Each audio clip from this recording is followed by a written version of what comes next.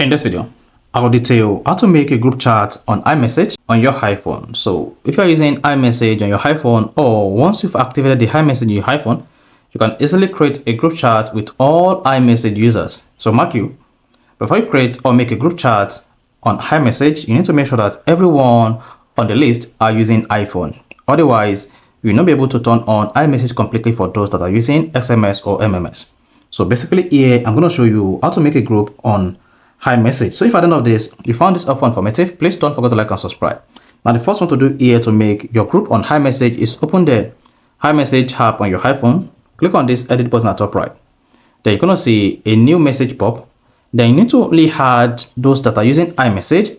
Click on this plus icon and search for iMessage users. So here I'm going to search for iMessage users like this.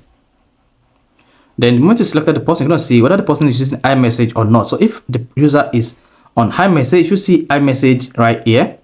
Then you can go ahead and add another person to the list. So let's go ahead now and do this. Real gem. Then add another person by clicking on this plus icon.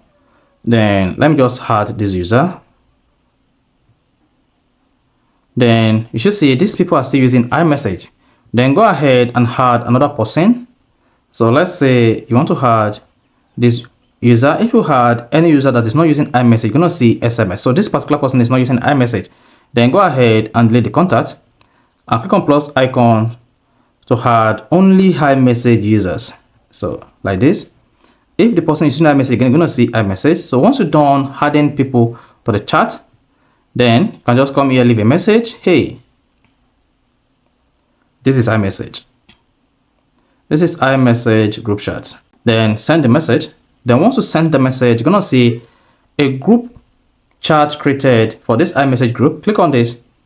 And then you can rename the group here by clicking on change name and photo. Let's just go ahead and change the name. Here, let's say iMessage. Then once you're done, go ahead and click on the done button at top right.